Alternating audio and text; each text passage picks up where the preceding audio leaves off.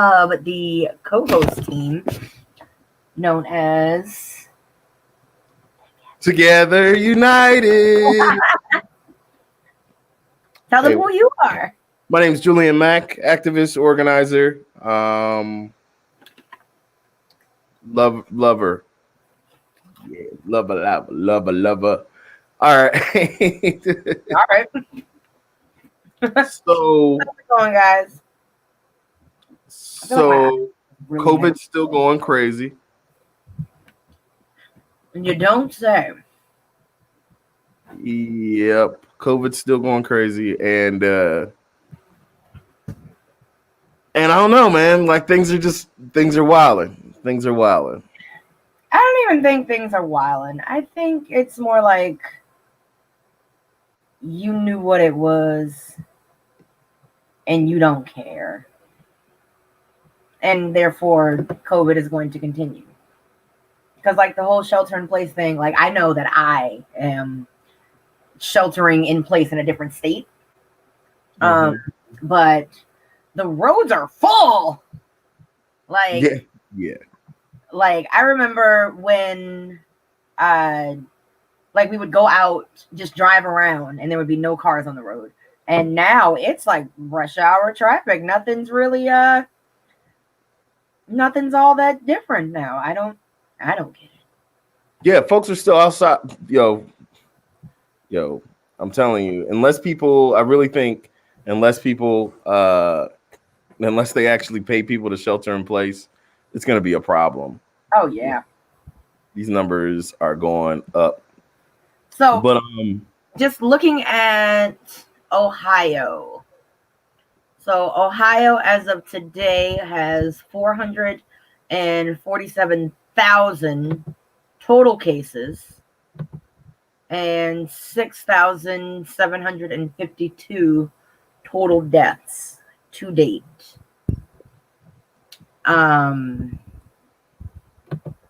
Yeah, like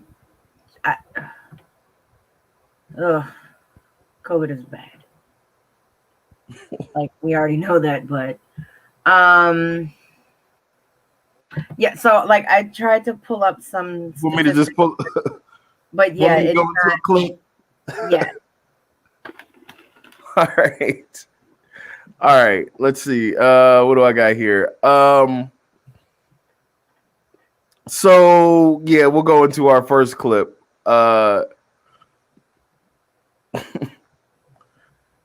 So at the Lucas County Jail, they've got a new piece of equipment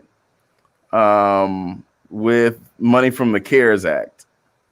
Here we go. Invested in a body scan machine to try to deter any drugs coming into this facility. The Lucas County Sheriff has a new weapon in the war on drugs. He says this new body scanner might curb the flow of drugs coming into the jail. The machine is similar to a body scan at the airport. If there was a balloon or a... All right, hold on. Wait, so I'm sorry, without even watching the video.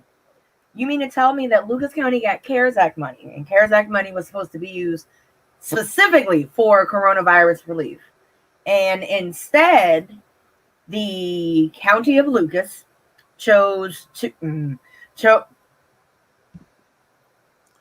Go ahead. Sorry.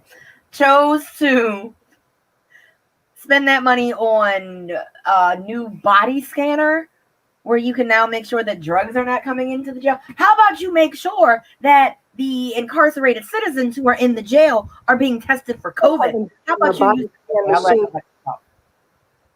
All right, I'm gonna go ahead and play the clip. I think I got it pulled up. Invested in a body scan machine to try to deter any drugs coming into this facility. The Lucas County Sheriff has a new weapon in the war on drugs. He says this new body scanner just might curb the flow of drugs coming into the jail. The machine is similar to a body scan at the airport. If there was a balloon or a gun or a knife or etc., it would come up red. If a suspect is booked with drugs, it will pick it up. So people decide that they want to try to swallow a balloon with heroin in it or drugs in it. This will be able to detect if there's actual drugs or whatever, any foreign object inside the body. The machine cost nearly $120,000 and was bought with CARES Act money. The sheriff says county jails across Ohio are dealing with people smuggling drugs into the facilities. We do everything that we can do to make sure that they don't bring it in, but it happens. Yesterday, the jail conducted a shakedown on the 6th floor after correction officers smelled smoke. They did find nuisance contraband, including some burnt paper, and several inmates were placed on cell isolation as a result of that nuisance contraband. Jail employees watch some dangerous and criminal-minded people. The sheriff doesn't deny there are cases in Ohio where employees may help inmates get drugs into the jail. I asked him if Lucas County jail employees will be scanned. This will be set up strictly for people that are being arrested at this time. And so we may look at that in the future. Employees will start training on the machine next week, and then the jail will start using it. Back to you in the studio.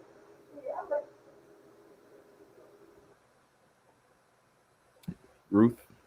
What in the orange is the new black is happening right now? How do you mean to tell me in the same news clip that there is a problem with employees bringing in drugs?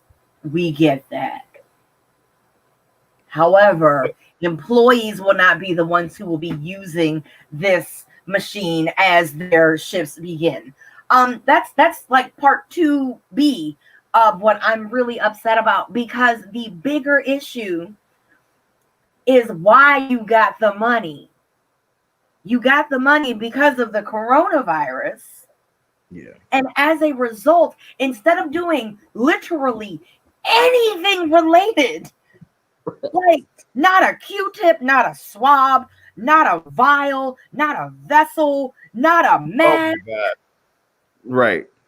And the thing is there's real problems in the Lucas County jail with COVID, right? Like the money they're getting is for COVID.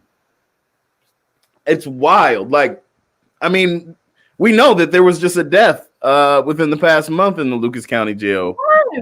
There's people I know from when I was in being there mistreated in the jail right now. Yeah. Like there are so many. Like, okay, never mind the fact that we are trying to dismantle the entire carceral system. Never mind that whole conversation. Like, there were so many missed opportunities for if the jail was going to get this money. I think she said over $100,000 for that piece of equipment that's not even going to scan the people most likely. I mean, the drugs into the facilities. Are you serious? Are you scan the people who work there? Like, in order for it to work, like who's scanning the people who work there? Like, it's not just the like everything is so wrong and so backwards with that whole thing. Yeah, I cannot believe it. It's not just people incarcerated that are sneaking these drugs into jail. Like, right. But then they know that and they still say we're not going to use it on them. No. Like, come on, if you know that they're a problem. Oh my gosh, because now I'm like trying to make sense of the nonsense, and now that's making me even more frustrated. Make sense of the nonsense. All right, well, I think I've got some more nonsense for you.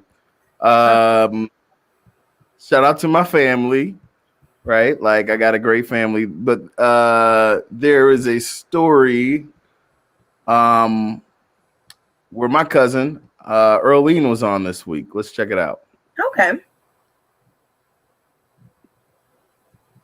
Experience more moments that matter with support from Hospice of Northwest Ohio.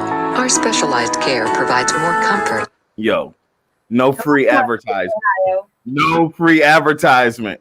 No free advertisement. All right, here goes the story right now. I mean, they were there. Oh. Center to get tested before Thanksgiving. Right, that's right. And that couple came here to the Lucas County Rec Center to get tested before Thanksgiving. And today they're finding out those tests never made it to the lab. I just want to know if I had the virus. Earlene and Dennis Belcher are among those who got a COVID test at the Lucas County Rec Center 2 weeks ago during a pop-up walk-in session. That's no fun to be sitting around in suspense. According to the Toledo Lucas County Health Department, a small number of November 18 tests have encountered a shipping issue. The samples were unable to be processed as they were never delivered to the Mako Medical Laboratories. Those samples include the ones from the Belchers.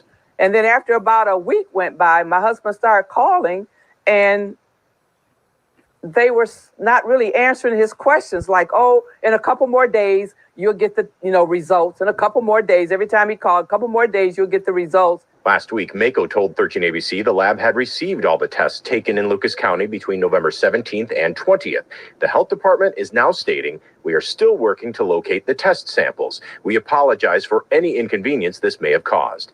Adding, those samples were supposed to have been picked up by a designated courier. Because I don't care what happened. What I want to get it fixed. After 2 weeks, the Belchers may never know if they had the virus, but they're willing to get tested again. I'll have any test. I'll just chance them puncturing my brain again. No, they're not going to puncture your brain. Oh my God. Yeah. I love my family. The health department does plan to hold another pop-up testing site here at the Lucas County Rec Center inside Hall 2, just like last time. But that will be 1 week from today, next Wednesday, December 9th from 11:30 until 3 o'clock. Reporting live tonight in Maumee, Tony Geptis, 13 ABC Action News. Yo, They so find that first set of results before they start testing more people. yo, I mean, goodness Yes. gracious, I love Aunt Cookie. I know, right? Like, she's hilarious. She kept it real, but yeah, like I just, you can't lose people's coronavirus tests like that. That's like basic, just a common courtesy. Don't lose people's tests when they are dealing with the global pandemic, and especially don't lose Aunt Cookie's tests. She gonna So there's an issue of competence here, right? Where there's been repeated information that there may be a vaccine coming out soon, right? But then, and there's like an issue of trust with people taking the vaccine, right? And I don't know, man. When they're losing test results, I'm a little bit hesitant. Like, okay, about trusting a vaccine, right? Like, so here's my thing. I believe in vaccines, right? Like, I believe you in. Gotta say that now. You have to say. You got to make it clear. Yes, you do have to say that now. I believe in vaccines. I do. What I am waiting for, though, is, and I don't know if this makes me like some sort of, I don't know, conspiracy theorist, but I'm gonna wait for that first round of vaccines to come out, okay? And then I'm gonna wait for them commercials to come on and say, hey, if you took the COVID vaccine in January of 2021 and you have exhibited any of the following symptoms, call, what's the name of the guy that's on all of the billboards? Muncie? Oh, with his I'll get it done. Yes. Oh my gosh, I can't remember his name. But yeah, Miss Naomi or something. Yeah. Like, that's what I'm waiting for, because I just I know that there are side effects, and I know that a year is not long enough to conduct the trials necessary to know what is going to happen to people. Like, there's a reason why there is the FDA, even with everything happening with it. Like, there's a reason why these protocols exist. So that's my stance on it. And I'm sorry that I'm eating chips, but these are my favorite chips in the whole wide world. That is so unprofessional. Don't get me started, Ruth. No, I'm just playing. But there was a video that came out, right, for mask awareness. That actually I'm honestly wanted to be a part of, and just happened to miss out on it. Let's go ahead and do what we can do to spread the word, and let people see this video for the awareness.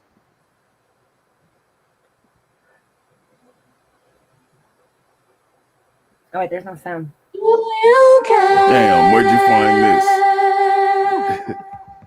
Do you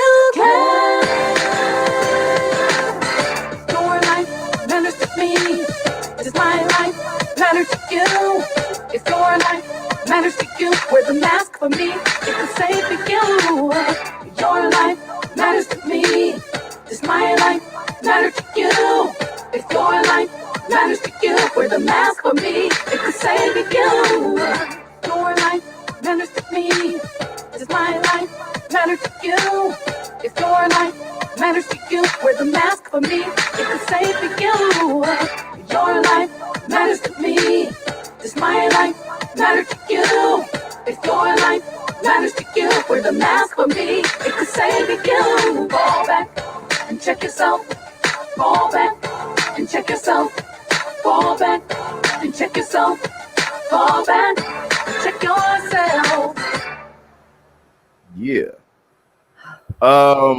So shout out to Dr. Perryman with for that video. Yeah. Bars. Yo, it feels very 90s though. It feels very 90s PSA. I got big 90s PSA vibes. Like the I don't know, like the don't do drugs ads of like the early 90s, like after school special.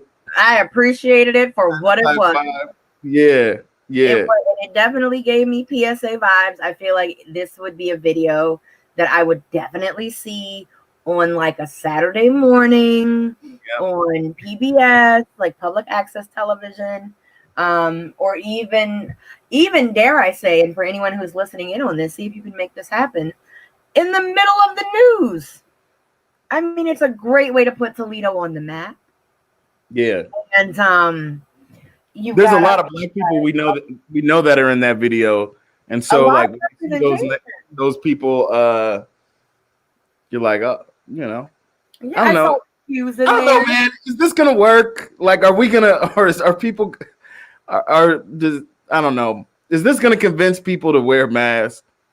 I think it'll encourage, I think it takes away. I'm thinking out loud here. I think it takes away. I don't know. I definitely feel like it's targeted at black people, which is good. But I also feel like a lot of black people will be wearing masks, which is good. And like the people, I'm glad to see like a lot of people I know and they're spreading that message. Mm-hmm. That's good and that's dope. Yo, but when are we gonna get a public service announcement that like targets these Trump voters to wear a mask? Like, we need something like that. Because wear your mask for America. Wear your mask for America. Wear your mask for America. Because otherwise you'll die. Right. Is that the remix you about to make? Yes, that's the Trump supporter version. I don't know. Look, all I know is that Dr. Perryman did her thing, gathered all of these different people, got the cues out there. I saw the mayor. It was definitely a who's whom of Toledo.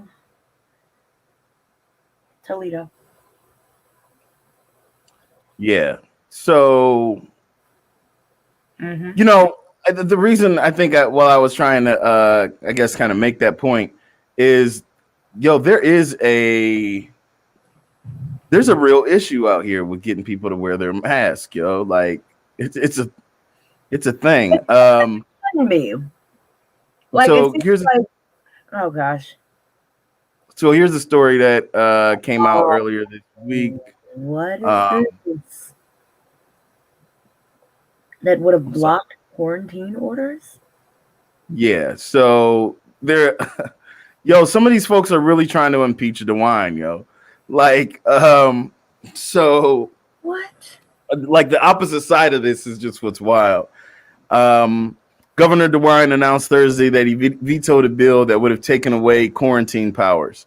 Senate Bill 311 would allow the General Assembly to rescind quarantine or isolation orders from the Ohio Department of Health. I'm announcing the veto, DeWine said. It's not in the best interest of protecting the health and safety of all Ohioans. So wait, so the bill would have I'm sorry. The bill would have put quarantine orders back into effect? Or no, it would have limited the governor's ability to tell people to quarantine, essentially. Like these people are like what? all the way lobbied up and like not like okay. I don't know. Like I guess What is happening? the real life version of what's going on right now is we got cool videos of black people in the community saying wear a mask. There's black folks wearing masks, got all kind of fancy mask, right? There's a whole like mask culture, right? Developing. At the same time, though, like, is the message hitting these ignorant people that still don't believe in COVID? No, with this, because they're actually like lobbying legislation to prevent people from being protected right now, which is incredible to me. That's the thing. They know how to do that. And that's the scary part, because now you're dealing with a group of people who, for whatever period of time, they always knew how to lobby and they always knew how to like collect funds and they always knew how to push legislation, but it was always for things that were outliers to a lot of the members in the community. They were always very niche things, right? Mm-hmm. And now you have wearing a mask or having a quarantine put into effect statewide. And those same people who know how to do all of those things are now using their quote unquote power to initiate it yet again on an even bigger level. And I feel like that's just how we got Trump. Like all these people who knew how to, I'm not going to say finagle the bagel, but all of these people who knew how to maneuver through the government are still keeping their nails and their claws sharp, right? Like they still know exactly what to do, because you can't just offer up legislation, as stupid as it is. You can't just offer up legislation without having some idea of, number one, how many people would actually vote with you, number two, whether or not it would be supported, and number three, how to legit just draft legislation. So they're just getting dumber. That's my biggest concern. They're getting dumber.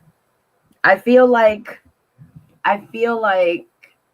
Republican, I don't even know who it is. Like, I feel like Republicans are getting dumber.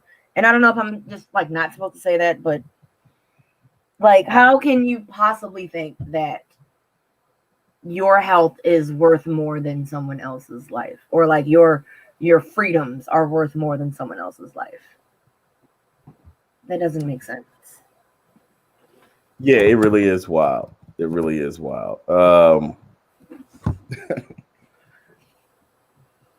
Yo, so I just lost all the stories I had pulled up for the night. Oh my God, how? We're gonna take a break, guys. We're gonna take a quick break, and I'll be right back. I'm Julian. And I'm Ruth. And this is Together United. Together United. What happened? Yo, I installed this program too close to when we had to go live, and because I'm not used to this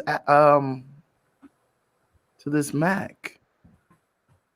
Man, I had all of them. But you did it last week, didn't you? From the Mac? Yeah, but I had like messaged them. I had emailed them to myself. I just deleted all. Oh. Like I just closed the. Oh. Damn, that sucks.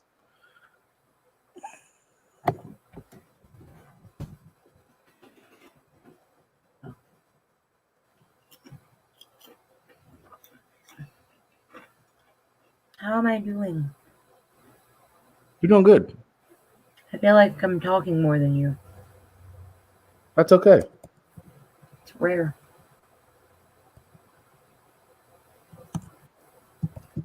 Okay, well, what's our next topic at least? That's what I'm trying to look up. Let's see.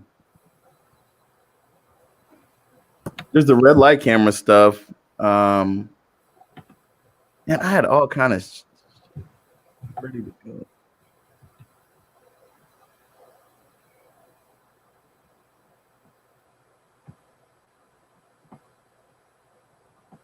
Your life matters to you. That's me. We're asking you. Don't you ever do that to me? It's gotta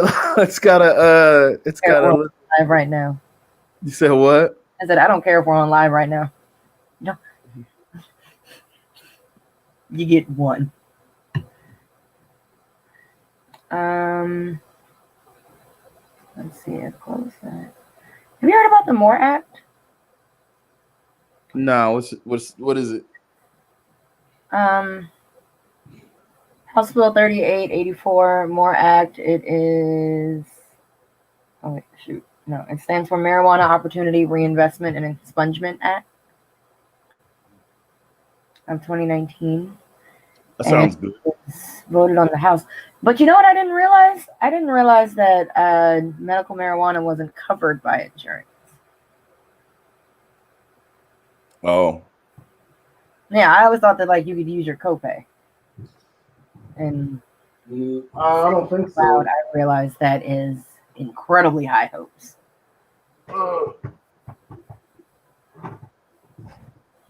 Yeah, that's a problem. I mean, really, I'm gonna bring up Obama next. That's easy. Not my blind spot. Okay, well, you give me something else. No, you can bring it up. Just makes me sad.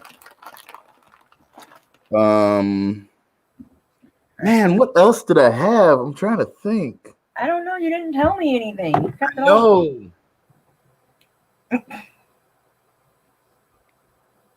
And because I just put in this new browser, I still can't get any of the let me see. Oh no, not on sending me Jesus messages. I went to the restroom. Oh yeah, we got 3 minutes left.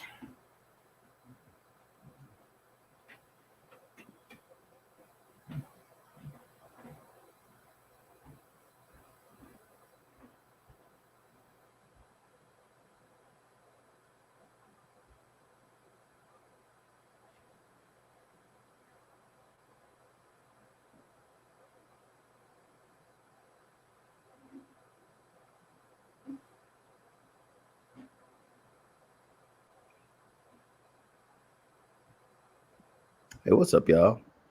Y'all watching? Feel free to comment. We're on a quick break. Alrighty. Hello, everyone. I hope you're all having an enjoyable time in your homes or wherever you are safely habitating this evening. I got my nails done. Yay. Oh man. I think you guys are in for a good show this evening. I mean, we showed you a fantastic video. And I've got questions. Hopefully Julian has got answers, and we're going to have a good old-fashioned show. I like that. I like your enthusiasm. Yes. Ooh. That Pepsi hits hard. Ooh. Ooh. All right. Laura said, good evening, Julian. You're looking good, brother. That's right. Julian Golden, brother Matt. What? Let these young brothers know. For sure. Like I will. Okay. Let's see.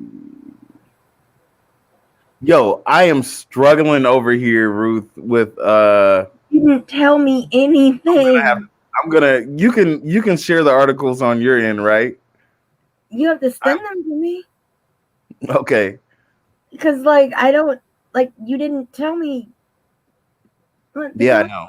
More than anything, you kept it very close to your chest. I did. I thought I had it. One too much. 14, 13, 12, 11, 10, 9, 8. Oh, we're about to go back on? Yes. 5, 4, 3, 2, 1. Hey, everybody. Welcome back to tonight's episode of Together United. I'm Ruth. And I'm Julian. Yes, and we make up that terrific Together United team. So I think next up, Julian was going to chat with us about Barack Obama, who is my favorite blind spot, but who continues to be problematic. So here's what I can tell you before the clip comes up. Barack Obama made a statement that, goodness gracious, it basically was the exact same rhythm, blues, and tempo. What's that old black man's name? Clyburn. Yes. Oh, yeah, Clyburn. Clyburn, South Carolina. Yeah, basically saying that slogans are the reason why Democrats have lost everything you would think. Like, Democrats are just a pile of sad bones because we keep saying defund the police. Well, guess what? Defund the police. And I saw today on Twitter, that in order to pacify history, textbooks will paint Barack Obama as the new MLK, when that's not right. No. Not at all. And what frustrates me the most was something that was articulated by a mutual friend of ours, Rashaya G, on Facebook. She made the statement that it's possible, or not even possible, it should have been, if this were who he really was, Barack Obama could have used these 2 volumes of books, because this is just the first volume. He says it very early in the chapter. It's volume 1. But he could have used the series of books to just really be radical, if that's who he really was. But that's the thing. That's not. And it's just a reality. Like, the first black president wasn't Stokely Carmichael. Like, it's something that we think. I think what's frustrating about it is he doesn't have to get in our way, right? Like, he doesn't have to, like, it's this same repeated trope, which continues to prove itself to be true, which is that moderate Democrats are better at fighting progressives than they are at fighting Republicans. Right. Meanwhile, Trump is a whole ass president, still trying to pull off a coup, right? Start talking about, look at Wisconsin. Look at Wisconsin. Like, I don't know how you. I mean, this is how you stop. I don't know. This has been such an ineffective way of defeating Trumpism. It's frustrating already, right? Because, like, with the stuff that Trump is doing, there should be no way that he should ever be able to come back, right? Like, but he should be pointing out this egregious behavior right now. But nope, that's not happening. Instead, we got Obama really talking down on the people that won this election. Right. Those organizers in all those places, Philly, Atlanta, Detroit, are the reason why Biden won. Right. Like, I don't understand. I'm going to go ahead and play this clip. Okay. Let me say this real quick. Because it may get reiterated, but it may not, and I don't want to lose it. I don't understand this knee-jerk reaction to constantly attack progressive Democrats. Like, I know that it's a thing, but I feel like there are so many bigger battles that need to be fought rather than public infighting, which is what this really is. Like, if you looked at the Democrats as one side of the family and the Republicans as the other side of the family, like all of the side of the family that's the Democrats, we all related together on some level. We all cousins. But you constantly having, like Snoop said, you got your uncle and your nephew in the backyard slap boxing, and then it gets too big and it gets too heavy, and now grandma mad at everybody. Like, I don't understand why that's constantly what it is. Because I feel like throughout history, it's constantly been moderates fighting against progressivism. When, like, it. I'm gonna just play that footage so people can see what happened. Questioning progressives about the phrase defund the police, calling it polarizing and ineffective. In an interview with Snapchat, the former president says there's power in the word choice. You've got to be able to meet people where they are. You can use a snappy slogan like defund the police, but you know you've lost a big audience the minute you say it. If you instead say, let's reform the police department so that everybody's being treated fairly, suddenly a whole bunch of folks who might not otherwise listen to you are listening to you. Now, progressives like Ilhan Omar and Rashida Tlaib are hitting back. And Cori Bush, who just won her seat in Missouri, running on this platform, tweeted in part, "With all due respect, Mr. President, it's not a slogan. It is a mandate for keeping our people alive." With me now is CNN political reporter Maeve Reston. Maeve. Yo, so Cori Bush gonna stay on their necks. Yeah, Cori Bush. I love it. It needs to be protected. Cori Bush and Stacey Abrams, like right here. I'm gonna matching tattoos of them on my back, like little paws.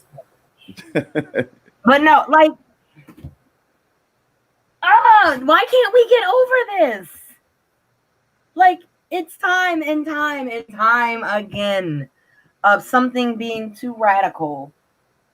And like, watch, in 10, 15, 20 years, it'll be, well, you know what? We did need to defund the police. So I'm glad that we did it last year. Like, it's so ridiculous to have to keep putting energy into this and explaining this. But essentially, they would rather police the way we criticize police than to change policing and to do something than to police the police, right? Yeah. They'd rather police our language than to police the police. Oh my gosh. You know what? I had this conversation earlier, and I want to take a quick sidebar because I had a conversation earlier with I was out with my brother. Yeah, with my brother. And we were talking about how language changes and how language evolves. And it was specifically, we were talking about Elliot Page coming out as a trans man and how he just couldn't understand the language, so to speak. It's just like, well, how do I know if it's this or that? And it's just like, ask a question, have a conversation. It's not that hard. And even just that as a suggestion, he was just like, oh, okay, it's not that hard. But there was still this shield that was up that was just like, I don't understand it, so I'm going to find fault with it. And it's just like, there's nothing like, but we can have a conversation. And it's always about how does it hit the white ear? That's what it's all about. Yeah. I feel like Obama, like, I feel like anyone who criticizes defund the police, they all inherently have this fear of like, what will the white ear think when they hear it? They don't like those things that are too drastic and too much. Like let's make it softer, let's make it gentler, let's make it nicer, let's make it a little bit more. We want to catch more flies with honey. No. I mean, at the end of the day, have these conversations. At the end of the day, to change harmful institution, you got to move. You have to have some actual policy, and you have to move actual money. Like, if you're not doing either of those two things, right, what are you really changing? Right. And that's what we have to do. That's what it boils down to. And I think that's what Democrats on a lot of levels struggle with. They struggle with money. I think they struggle with if they're not in positions of power. When you say Democrats struggle with, what kind of Democrats are you talking about? Are these Democrats I should include myself in, or are these establishment Democrats? I'm just curious. I think. Who you getting on?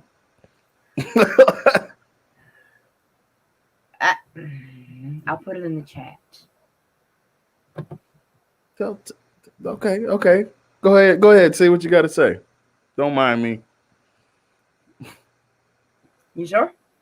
Go ahead. So here's my thing. I think that there are many, many, many opportunities, and I can only speak as an outsider, but I think that there are many opportunities that Democrats are losing to make a bigger splash when it comes to fundraising. I think that Biden did a good job with whatever was that last big push right before the election. But for the most part, Democratic parties, I feel like there's too many old cooks in the kitchen that don't know how to use, what they have to their best advantage. And I feel like that can come in the form of money and finances, that can come in the form of reaching out to a target demographic, that can come in the form of knowing what the grassroots rumblings are of the movement that they should be behind. And until that happens, and until there is enough emphasis put on the Democratic Party to actually make these changes happen, it's going to continue the same way. Like you're not helping. Like when you say stuff like this, you aren't helping us get out the vote. Like you aren't helping us keep people engaged. You know what I mean? So right. It's just really tone deaf right now that you're saying the opposite of what a movement is saying. Millions of people who took to the streets over the summer have said. It's incredible. It's incredible. But like I said, it's better. The way I set this up is essentially, right, the establishment of the Democratic Party is better and more effective at pointing out issues that they have with those to the left of them than getting on those of the right of them. Right. Next, just to Trump is still trying to actually win this thing. Like he is still fighting. And so he had this star witness come to court, and you got to check this out. Hold on. Okay, so before you press play, I definitely thought that was a drunk Kaylee Cuoco, who is the girl from Big Bang Theory, and I was like, what the hell happened? Did she fall off the wagon? How about we just see? Please hit play. Oh, no free advertisement. But yeah, so he's lost in a couple places. But this is somewhere where they actually went to court and it came up. The title of this article is Trump's. The poll book is completely off. Off by 30,000? I'd say that poll book is off by over 100,000. That poll book. Why don't you look at the registered voters on there? How many registered voters are on there? Do you even know the answer to that? No, I guess I'm trying to get to the bottom of this here. Zero. There's zero. So my question then is guess how many? Wait, what about the turnout rate? 120%. Even Giuliani is like. Let's let Representative Johnson answer. So the poll book number. Okay, there's two things that could happen here. Either the poll book number, if ballots were counted multiple times, there's two options. Option number one is that the poll book numbers are not going to match. They don't. The actual. not by thousands and thousands of votes. That's not what we see right now. Take a that's look option number again. one. Take a look again. Option number two is that they essentially were filling in names of people who didn't vote. Dead people too? So is that? Let's I guess, let is that your Representative suggestion? Johnson ask his question, and then when I thought he's that done, was his answer. Okay. Well, I guess that's well- my question here is why we're not seeing the poll book off by 30,000 votes. That's not the case. What did you guys do? Take it and do something crazy to it? I'm just saying the numbers are not off by 30,000 votes. So I know what I saw. They're filling in. I know what I saw. And I signed something saying that if I'm wrong, I can go to prison. Did you? okay, I'm just trying to ask you a legitimate question here. Yeah, let's let Representative Johnson ask his question, and then don't interrupt him. And then, Okay. and then if you want to respond to it, that's fine. Did you have more, Representative? Yeah, I guess I just want to keep following back up with the poll book. So are we saying that the poll book is either wildly off or that they are Wildly filling in names? It's wildly off, and dead people voted, and illegals voted. Okay. So that's my answer. I think we're going to move on. Before you can integrate all your apps and data. That is what we're dealing with. Like in regards to a denial of straight facts. You know. I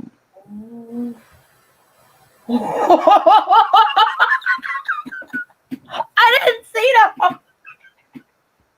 Yo, first of all, she was wine drunk. She showed up. Bad boy, like, all right, look, I've only had like 3 Moscatos and like, okay, 4 shots, but I'm ready for this. I am ready for this. I've got my red lip on. I've got my glasses. I got my messy bun. Let's go. Let's go. Let's go. Did you see it? Did you see it? He was clearly lit. Yeah. See it. I saw it is egregiously 30,000 dead people voted. My pets voted. Aliens voted. That was the star witness too.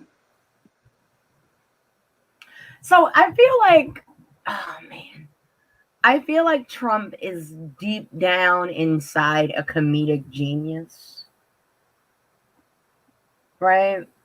Because first there was the 4 Seasons thing, and that gave me peak Curb Your Enthusiasm, right? And Curb Your Enthusiasm is a top tier comedy show. At least I feel like you would agree with that. Mm-hmm. But now this young lady, I feel like she's taking it up a notch. She's taking it to the top. You cannot beat this. You cannot write this. This is better than fiction. This is stranger than fiction. This is awesome to just watch this fire, this rolling dumpster fire, just move its way out of the White House. I love it. I love it. I love it. Yeah, I mean, it's this is about the 3rd or 4th time Trump has lost Michigan. I mean, you're so and I've you know, it's gotten to the point where I've turned on my notifications on Twitter for Trump whenever he tweets, just because I get a tickle out of it. It tickles me. He's still tweeting? Like he's still tweeting it, and like, yeah, it's 6:45 in the morning. I'll get a tweet. This is all a hoax, all caps. Like, man, just wilding. Like, oh my god. Like if he hadn't. Excuse me. It's a good thing this is a convincing loss. Oh, actually, speaking of Trump, completely unrelated to any of this nonsense, but just a moment for a beacon of hope. Today, actually about 3 hours ago, a federal judge ordered the Trump administration to accept new DACA applications. And so that was one of the things that he, in a July memo from the Department of Homeland Security, head Chad Wolf, he announced new applications for the Obama era program would no longer be accepted. So this was back in July, and then I believe it went to court, and I guess it passed, I think, and then Trump tried to get it again, and so this may be the result of that. So yeah, so now DACA applications have to be accepted. So the end is nigh of, the last 4 years of just complete and utter nonsense. So slowly things are being overturned. I'm happy about that. Yeah. Yeah, I guess. He's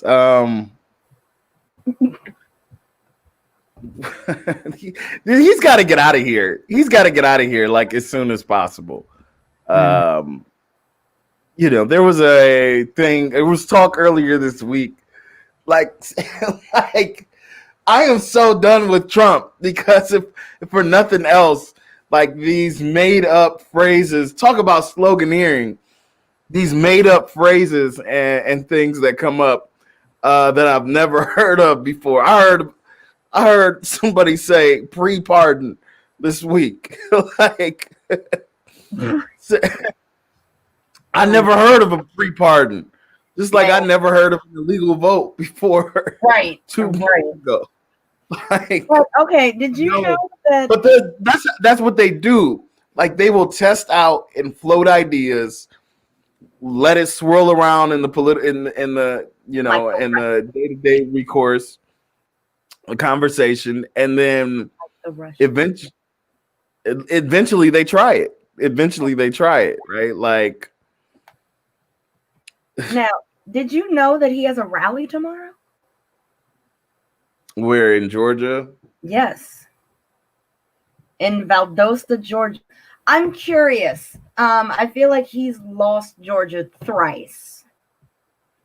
So why would he keep going back to Georgia? I don't know, but there's something. I don't know if you've seen this.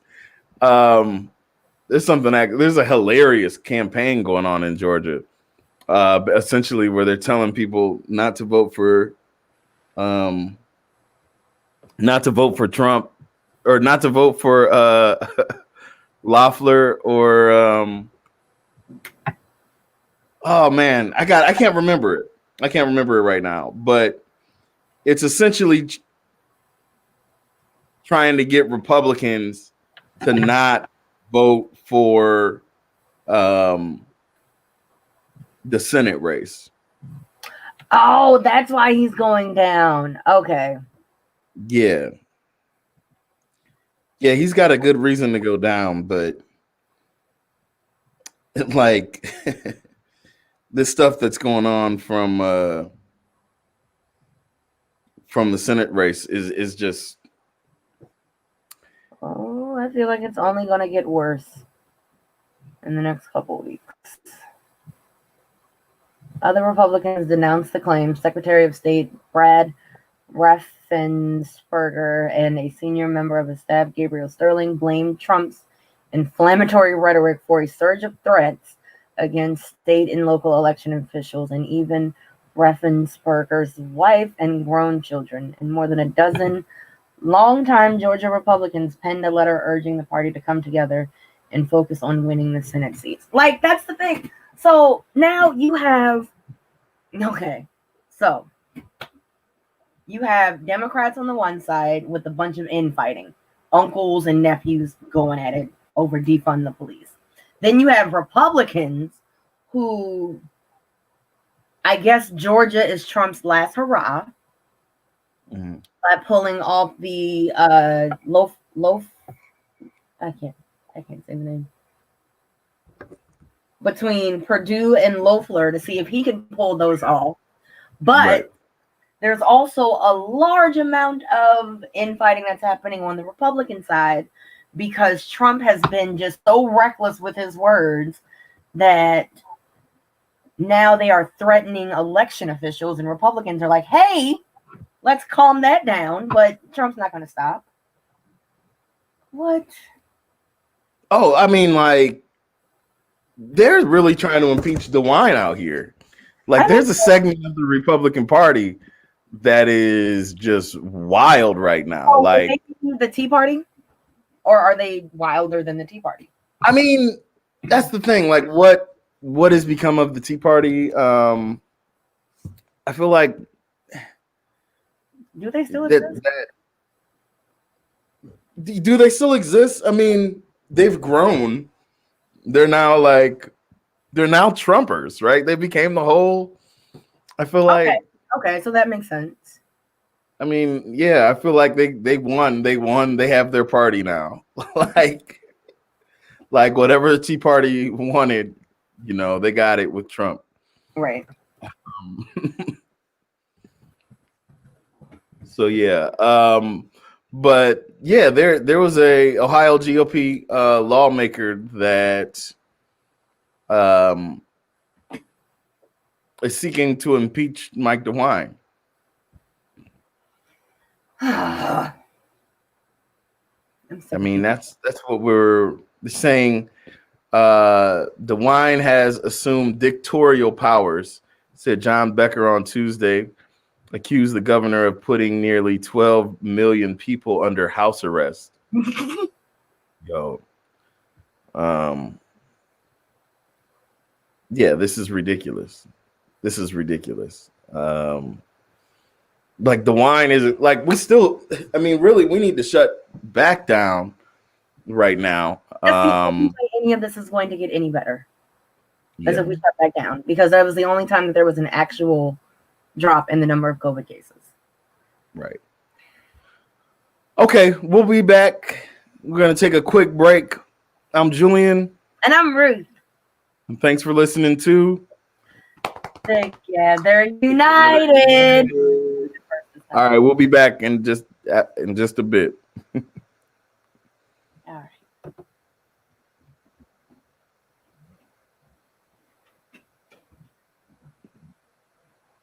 Oh man, I gotta take a quick break.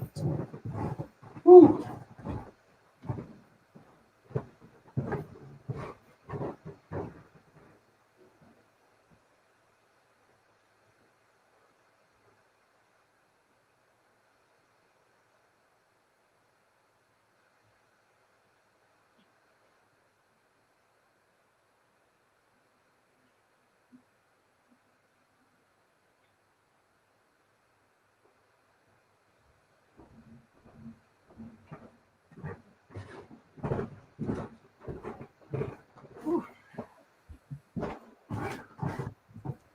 Hello, everyone. Okay. Woo. All right. All righty. What's up next? I don't know. I'm really just kind of going as making it up as we go because I lost all those fucking links. What were the links to? Like, give me. I'm pulling. You're thinking of. I'm pulling them back up. No, tell me. Huh? Tell me. That's how we ended up here the first time.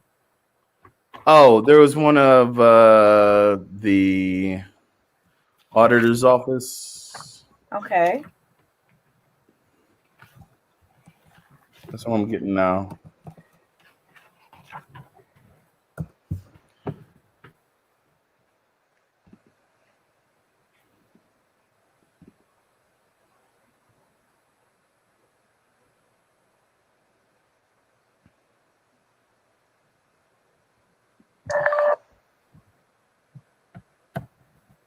Okay. What else we got?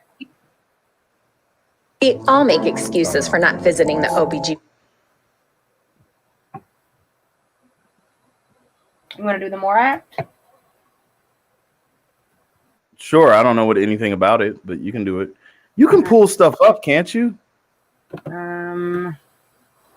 Yeah. Hold on. Okay. Hold on. Okay. Excuse me.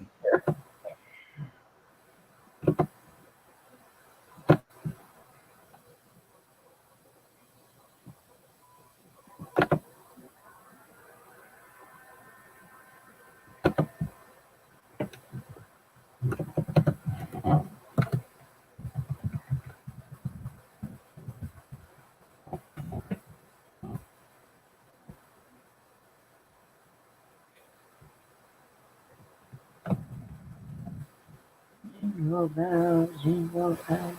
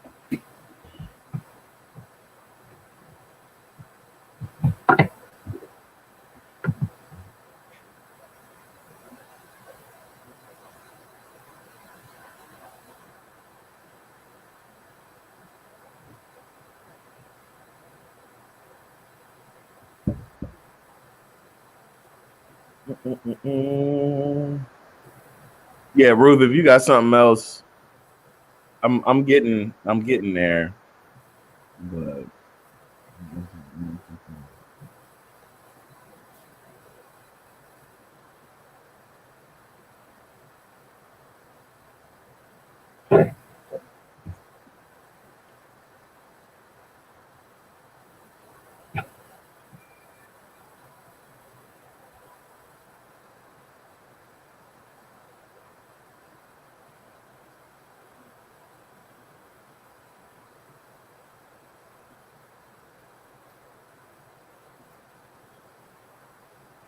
What makes them mad about it? What makes them mad about it is that they have black people, white poor people, and red poor people, and Puerto Rican poor people, and Latin. Do you feel threatened? Huh? Yes. Very much so.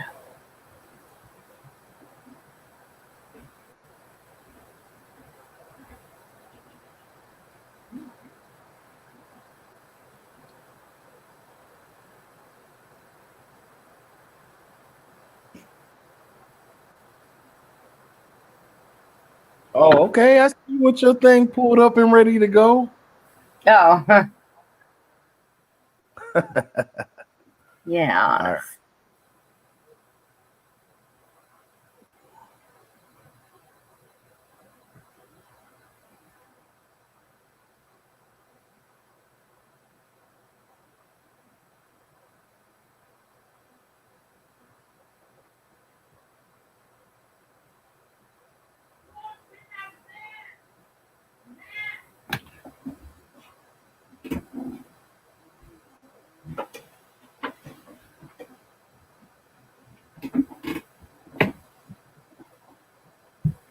Hey everybody, we are back. You are listening to WAKT 106.1 Toledo, Ohio. I am Ruth.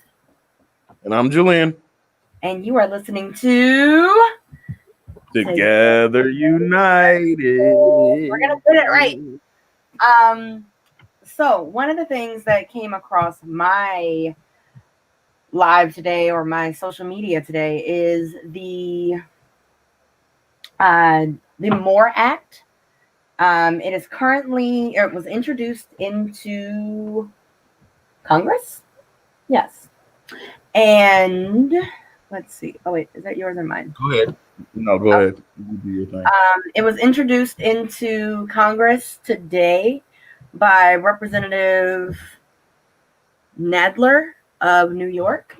And what the MORE Act is the Marijuana Opportunity Reinvestment and Expungement Act of 2019. And basically, it removes weed from the list of scheduled substances, and it eliminates criminal penalties for an individual who manufactures, distributes, or possesses, marijuana.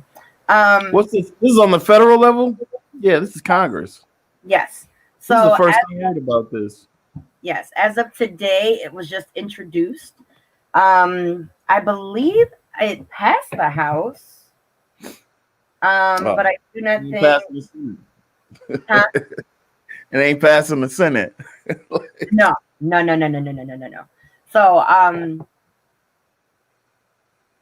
Yeah, so the U.S. House of Representatives voted to end the federal marijuana prohibition. So we still have quite a ways to go when you look at the full legalization of marijuana. But that actually got me to thinking, because I was curious about how medical marijuana actually works and whether or not it's covered by insurance companies, because we heard a lot about them legalizing medical marijuana, but it always was in the back of my mind of whether or not there was a copay, because that seemed kind of interesting to me. So there is definitely not a copay. It is definitely all out of pocket. And I believe it's because there is no like FDA strain of marijuana, cannabis, weed, whichever one you're most comfortable with. There's no FDA approved strain that can be used to, give out to everyone. So I think that's probably why it is not covered by insurance companies, which they could have, right? There's, I mean, with all medicine, or most of them, you got your name brand, right? And then you got the little generic kind that you get from Kroger, right? Like, oh, this is moxamaxilline, right? Like the kind of light, right? But see, yeah, that makes me think of like the beginning of Half Baked. Remember when Dave Chappelle's character worked in like that big weed medical facility? Like, it's definitely possible. So, like, how do you do that? Can you do that? Should you do that? Why wouldn't you do that? Like I don't know. What are your thoughts on it? I mean, this country has to stop fighting the war on drugs because it's a losing battle. Right. And we have to continue to look at the war on drugs as, like, when we talk about reparations and things like that, it always like links back to slavery. Like, there's not rampant systemic exploitation right now. You know what I mean? And so I think one of the things we don't do well enough, or I think one of the messages that doesn't translate well enough, is like, we need repair and reparations, not just for slavery. Like, we need it for things that are happening right now. Right. Like the redistribution of wealth that, really would, selling weed was a way that a lot of people got by and had pocket change, right, under the table and things like that.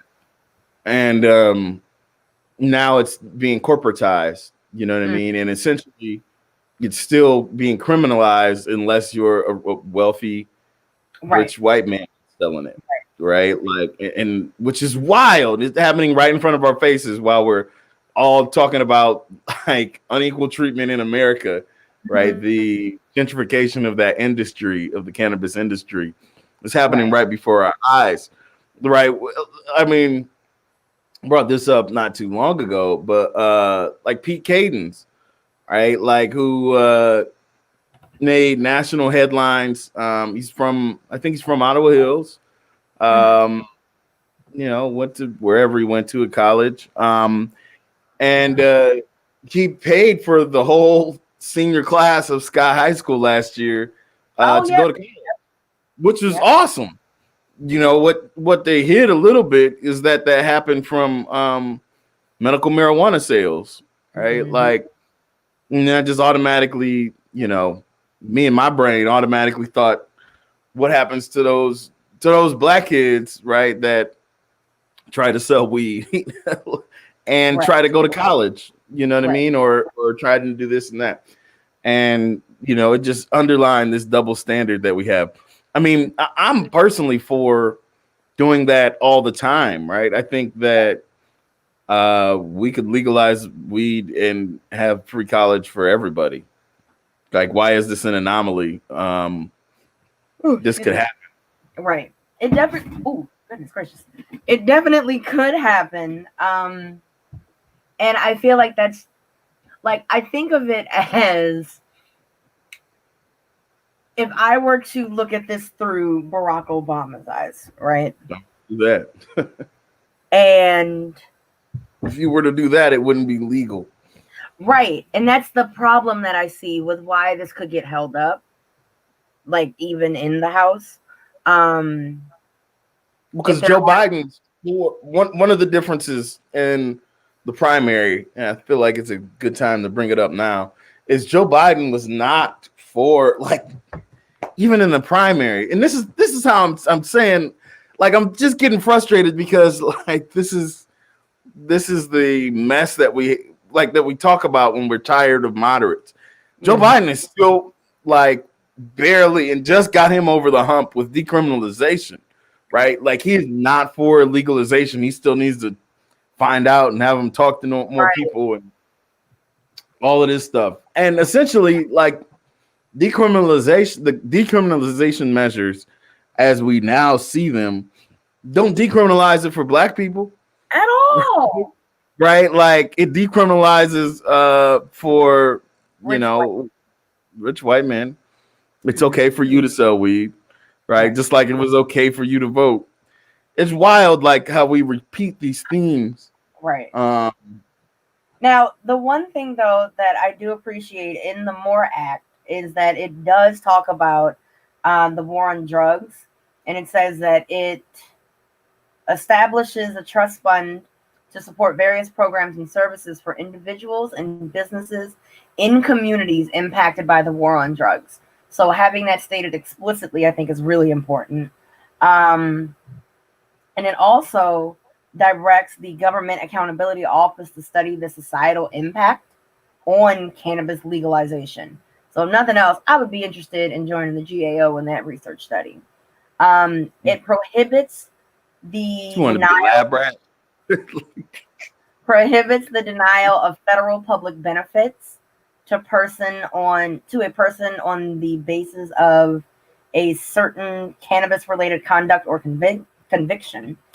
And it also prohibits the denial of benefits and protection under immigration laws on the basis of cannabis-related events. So basically, it lifts all of the cannabis ban the box stuff. So it's a good start. I mean, that's cool. I mean, that's cool. That's a good start. But it's got to pass through the Senate, right? And so, but it has to pass through the Senate, right? And right now, we can't even get them to agree to give us COVID funds. No. Well, okay. I'm sorry. I was thinking of something different. I was thinking about the initial CARES Act that the police department decided to use to just do everything but care about COVID related death. Yeah. But yeah. Look, I know AOC is still on the neck for getting the stimulus package checked. And actually, something did come across my line today. I think they at least brought up the stimulus. Oh yeah, they did. They did bring it up. They did bring it up. Yeah, it says Pelosi sees momentum toward a COVID stimulus deal as job growth slows. Yeah, I think that one was supposed to be like $600. Mm-hmm. Or no, I'm sorry, $300 extra into your unemployment. That's just what's on the table. Yo, so I wanted to share something that happened with me that is private, but I'm gonna share it anyway. So, I had tried to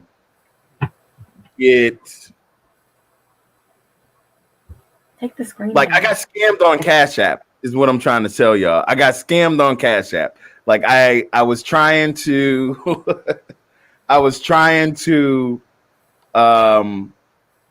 like update the money with my card and all of this, and it just did not go down right. And I completely messed it up and I got scammed.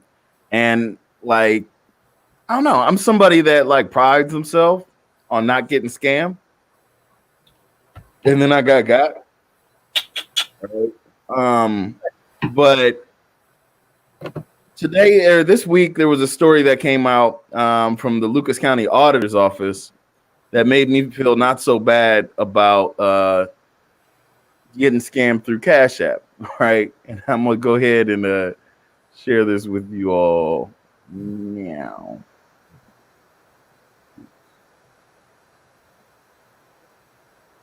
The auditor's office are working tonight to get back $600,000 of taxpayer money.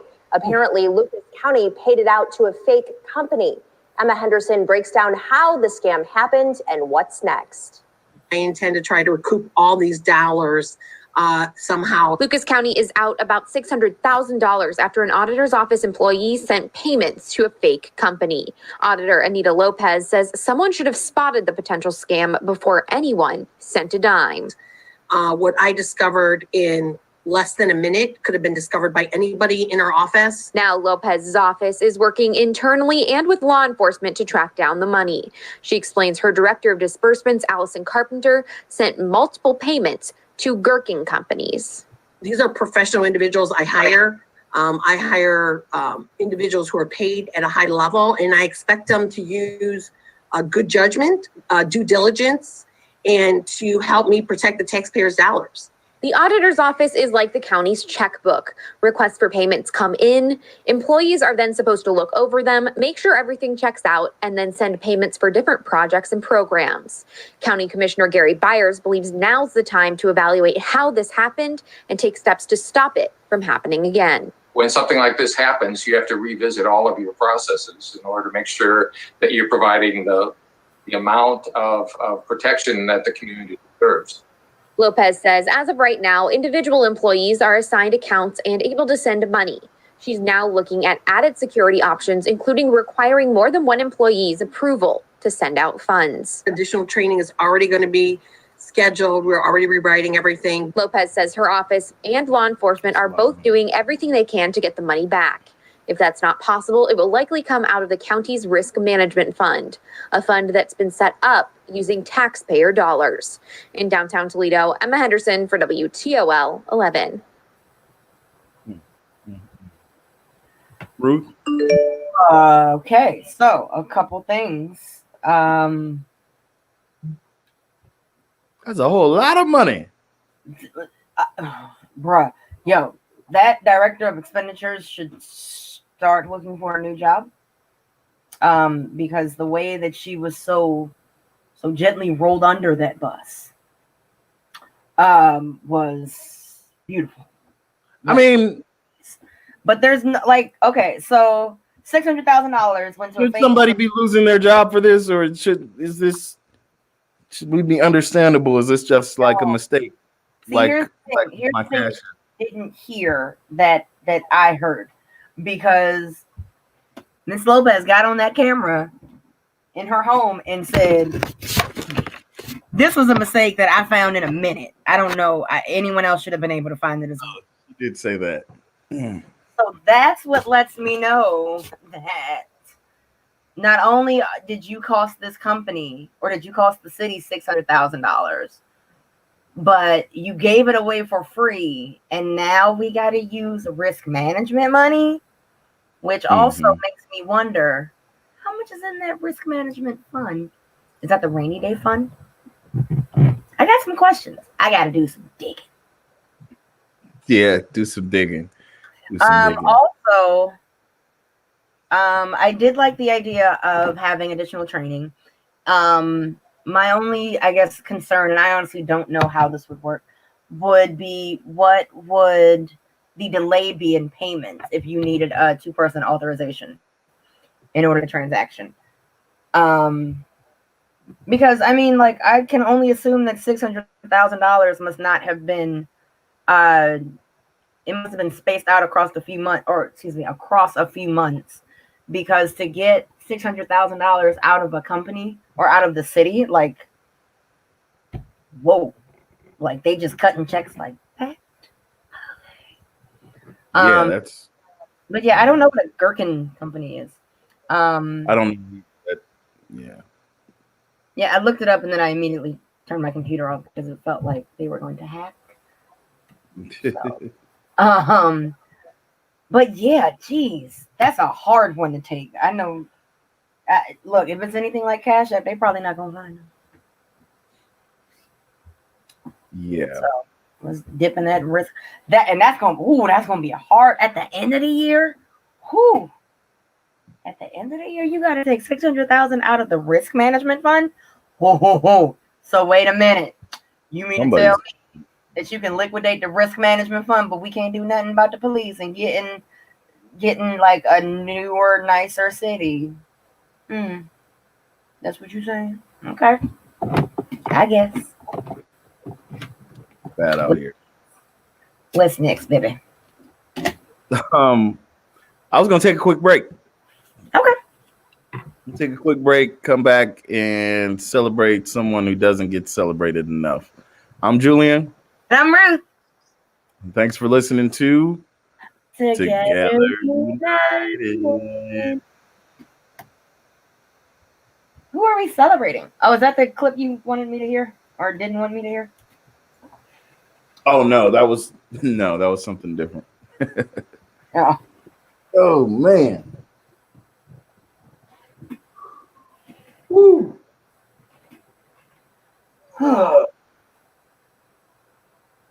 You got some. I like that. I have no idea we're actually on break. Oh.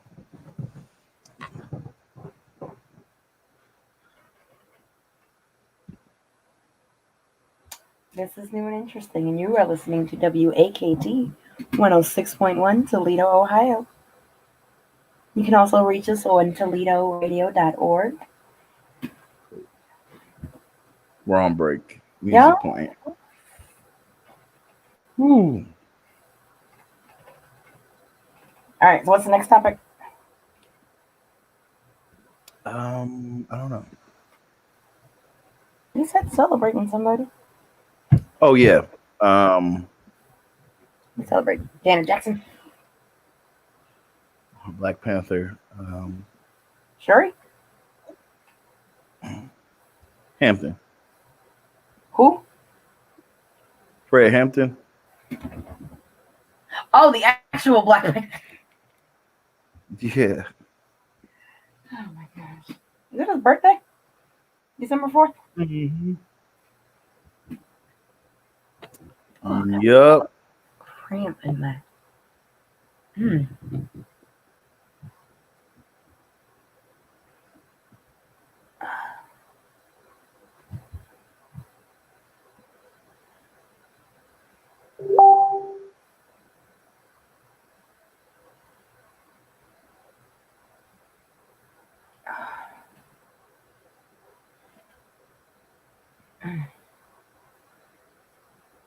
Let's see what else.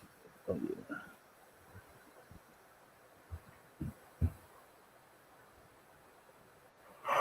Oh gosh.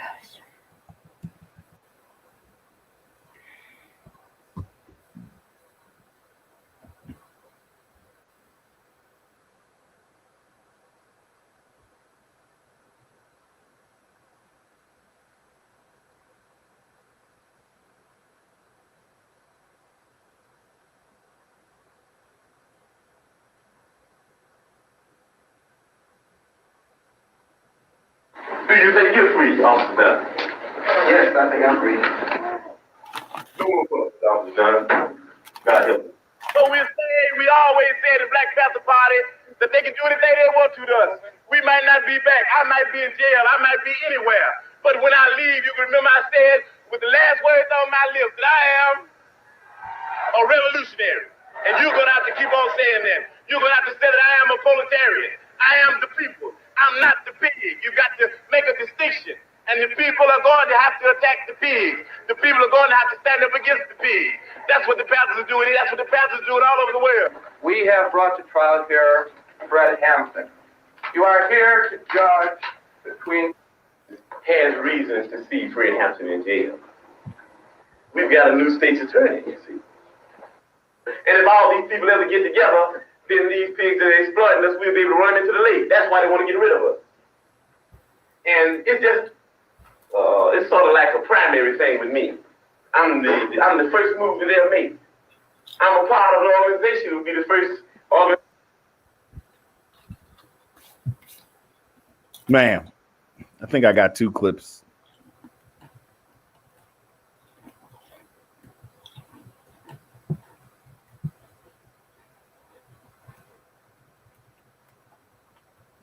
They'll move on because Latin Puerto Rican people of poor people of all descent, they had them caught up in movements based on racism when the Black Panther Party stood up and said that we don't care what anybody says. We don't think you fight fire with fire fists, we think you fight fire with water fists. We're gonna fight racism now.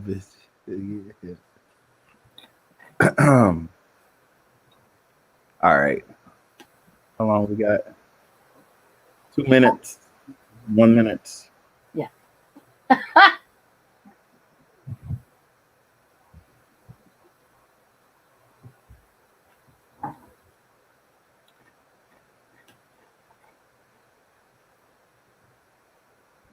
And the men and Puerto Rican people of poor people of all descent, they had them caught up in movements based on racism when the Black Panther Party stood up.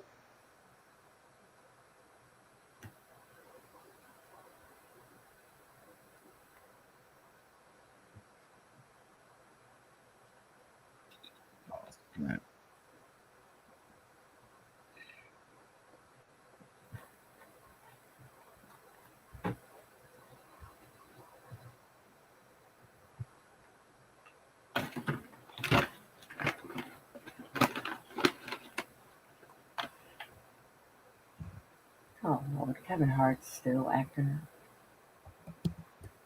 Oh yeah, there's that. I didn't see it.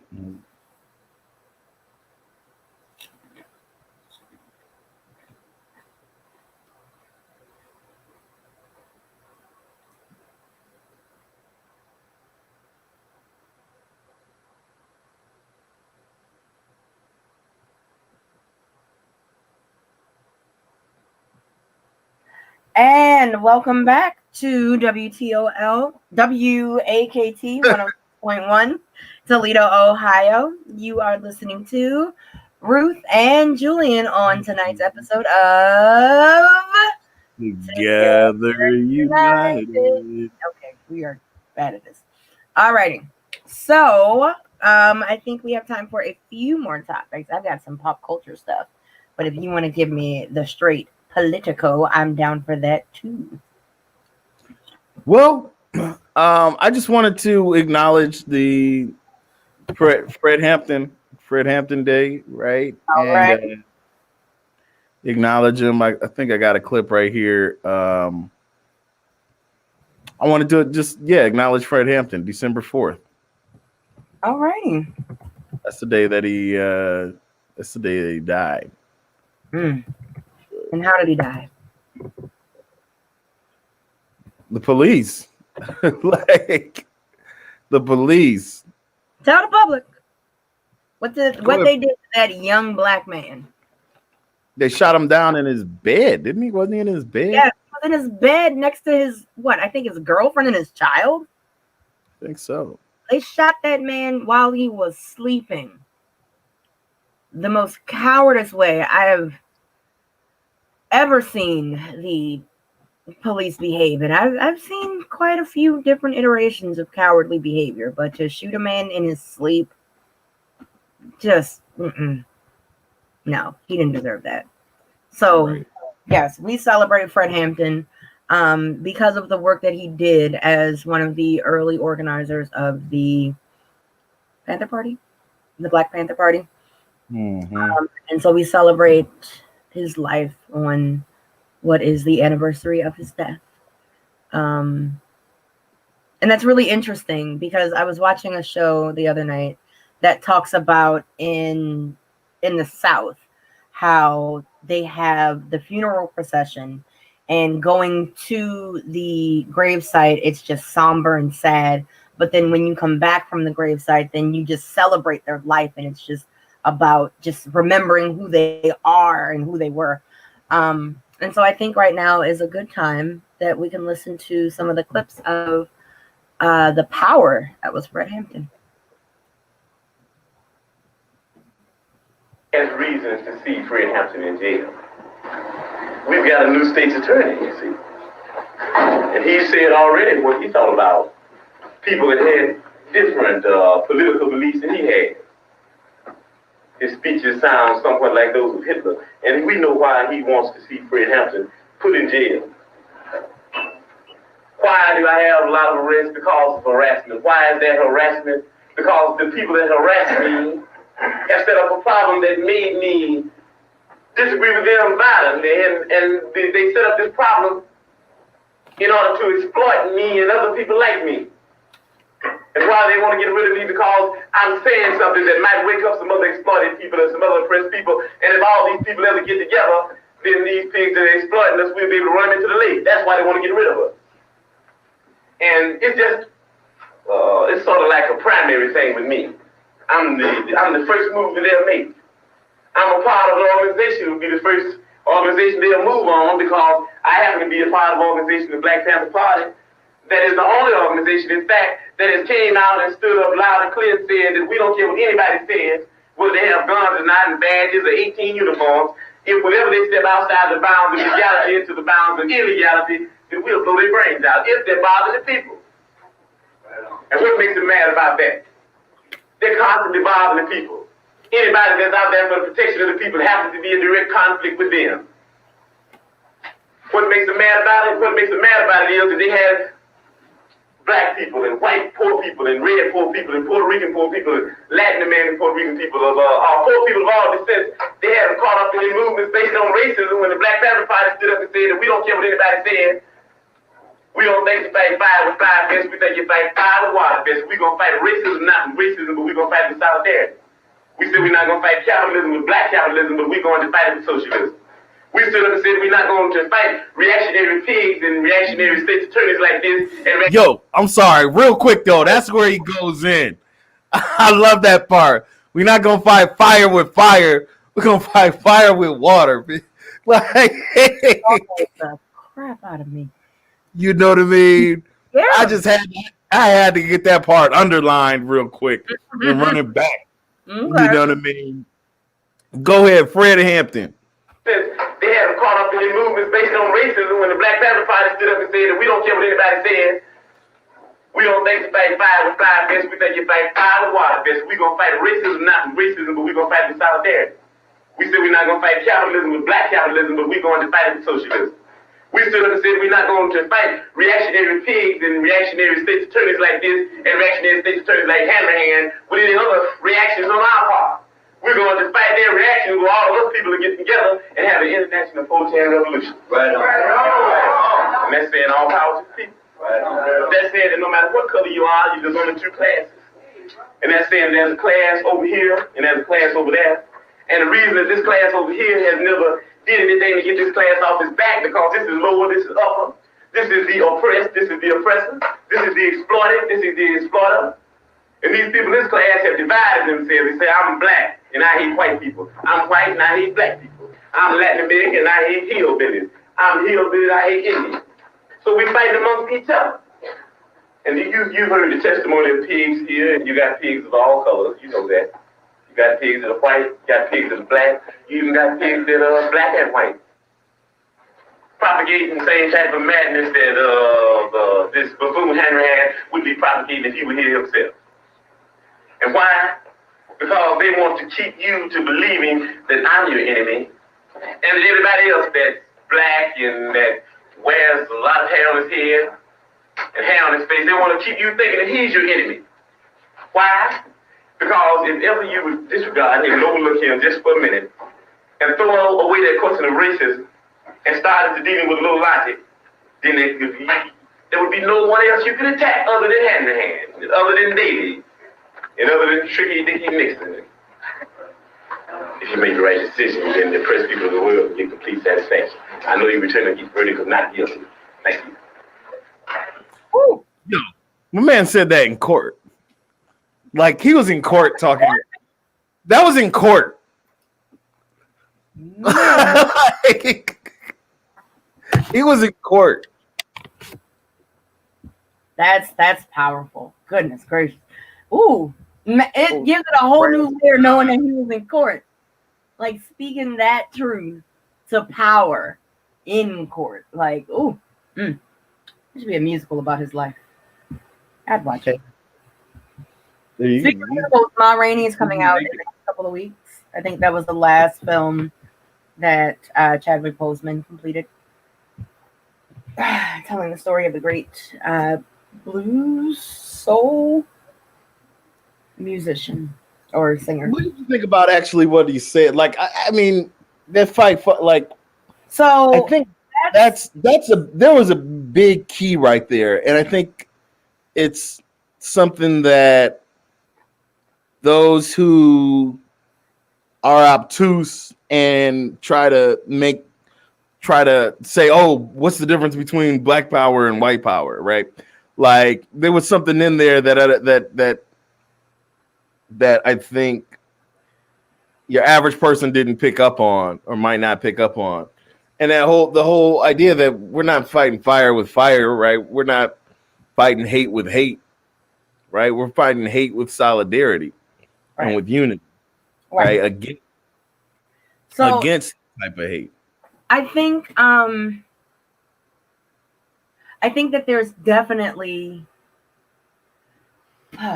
so I have not listened to a lot of Fred Hampton. Like, I've never seen that particular clip, but I've always held true to Nikki Giovanni's. She has a quote from another interview that she did where she talks about not being concerned with other people's plights because her plight is so much right now that she can't bear the mental bandwidth, basically. And I've operated in that space for a long time. I'm just like, I'm about black people. I'm dealing with black people. It's black people right now. But I think a lot can be said for the need for solidarity. A lot can be said for the power that you have when you bring together all of these different races and classes and religions and nationalities and bring them all together for a common goal. That's how real change happens. And a lot of times, I think when you're in the middle of the fight, you forget about all of the allies, if you will, that create solidarity in a movement. Because you're so focused on like who the directly affected individual is, you forget all of this help that you have all around you.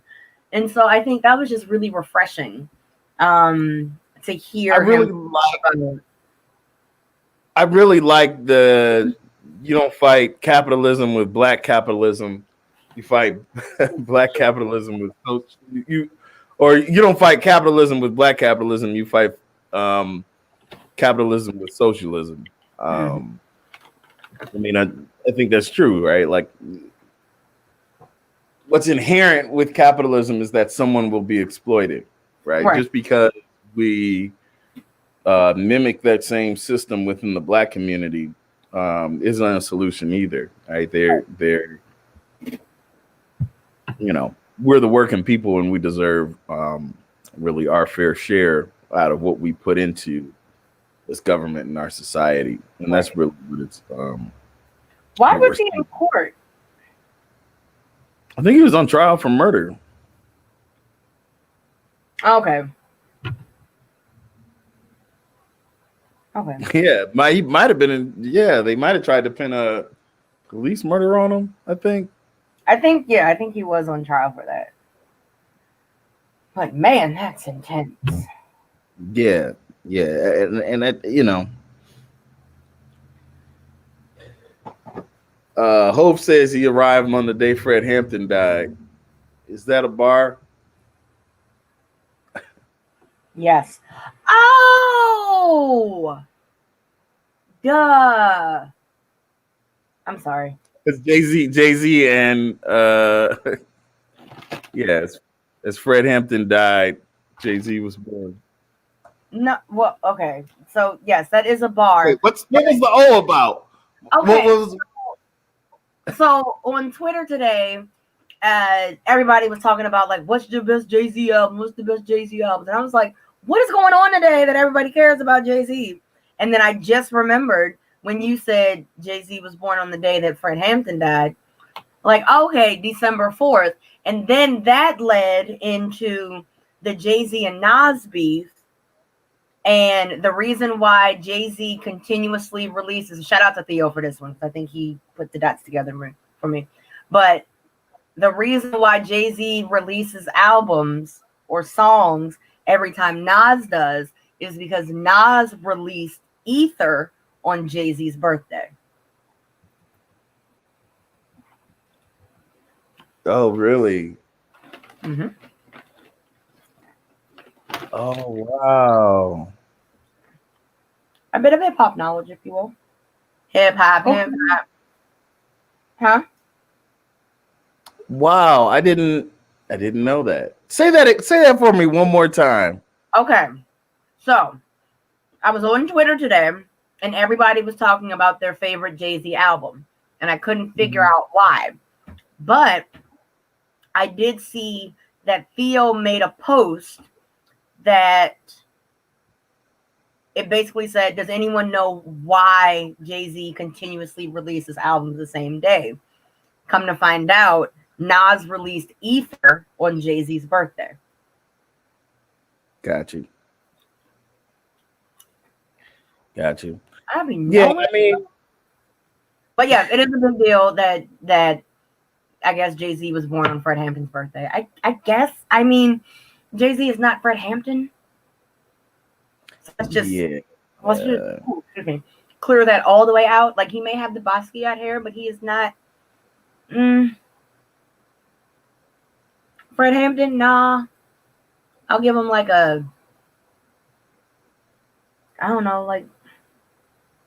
Well, that's the thing. Black capitalism won't save us, right? And as some of these cats have moved up, right? Like, there's no such thing as an ethical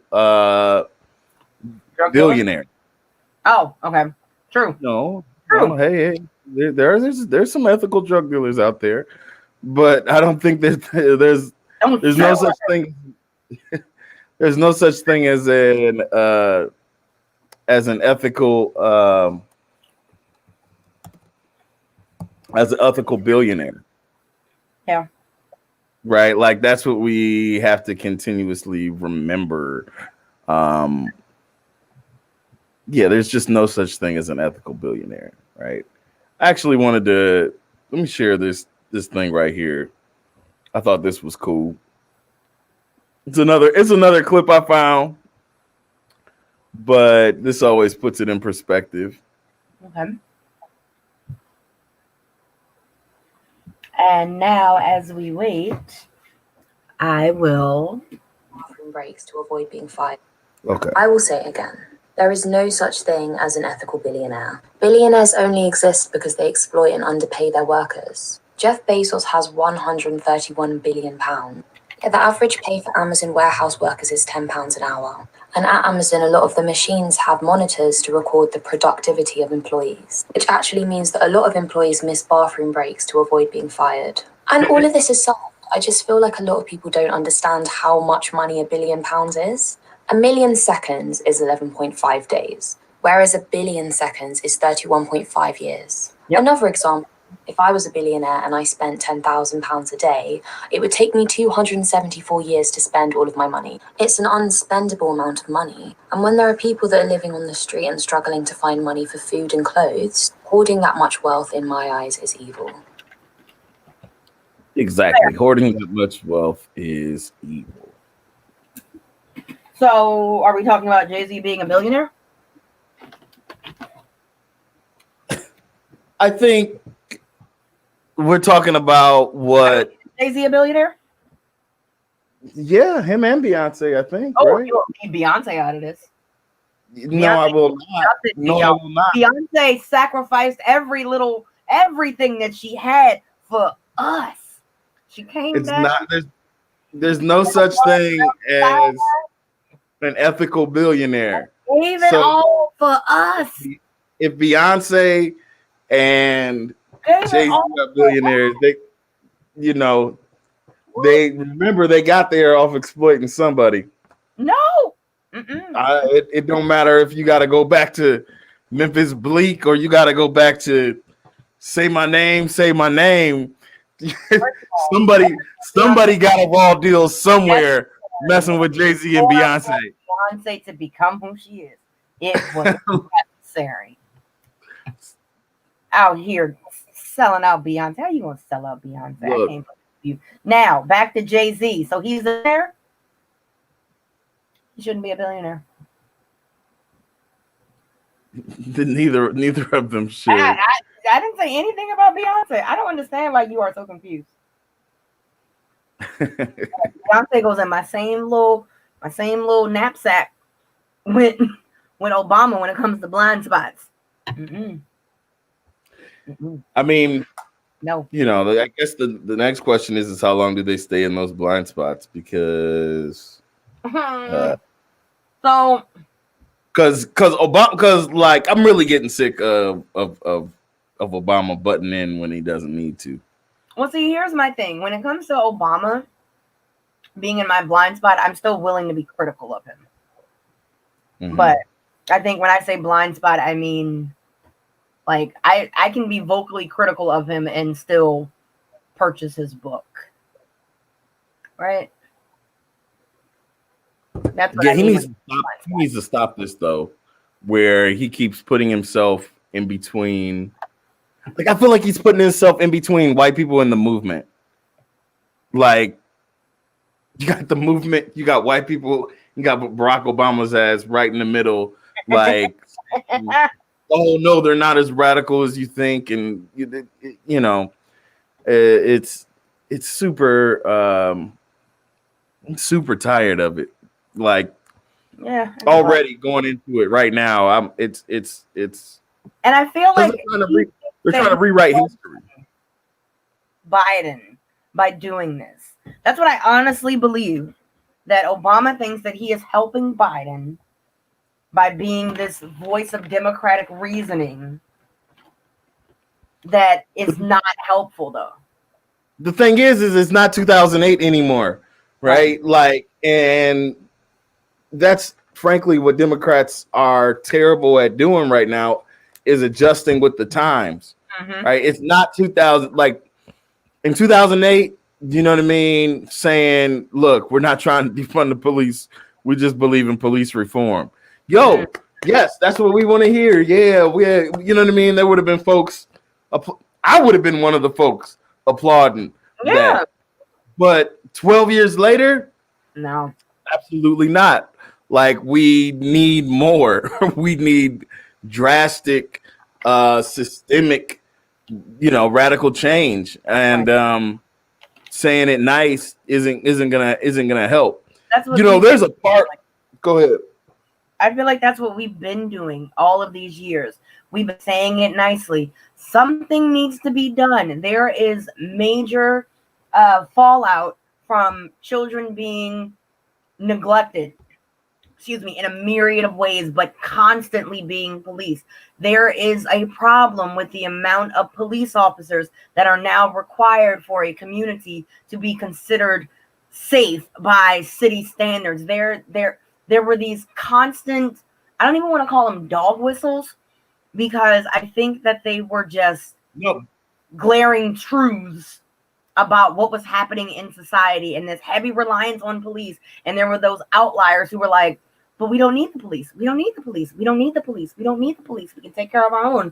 And it's finally now coming to fruition. I would say, 60, 70, 80, 90, 2000, like, it's coming to fruition 60 years later. Of all of the rallying cries of the Black Panther Party that came on the backs of the civil rights movement, that came on the back of all the other movements that were happening at the exact same time, that were all saying, we don't have what we need in our communities to be successful. And the solution is not more policing. Those are those same people who are calling to defund the police, or who were calling to defund the police back then, that are with us now. And now they've got a bigger army. So you have to realize what that means when that bigger army shows up at your door and it's just like, no, we actually mean it. We tried it the nice way for 60 years. So come up off that bag. I don't care about your new nice park signs. I want to know why the park looks like garbage. I want to know why there aren't basketball hoops. I want to know why the park equipment hasn't been updated in 40 years. There are all of these other things that need to that could require more out of the community, or that could pull more out of the community if it were simply done, as opposed to continuing to police people. That's all I got. No, I mean, I completely agree. I completely agree. I completely agree. Like I'm so tired of them trying to weaponize this, and when essentially the people that won the election are the people that they're trying to demonize right now. Yep. Right. Like, and I'm just that Anybody I am realize that. In fact sick of. Yeah. What'd you say now? I said What'd eventually. you say, Ruth? I said eventually they will realize it. In the same way that it took 8 years for Black Lives Matter or 7 years for Black Lives Matter to really catch on. So much so now that it's mainstream and being commercialized. The hashtag, not the movement. I want to make very clear. I think that defund the police will have its own resurgence. Oh yeah, and here's a video from August 27th, right, from one of the people at Black Lives Matter Plaza, talking about defund the police and why, essentially that was being said.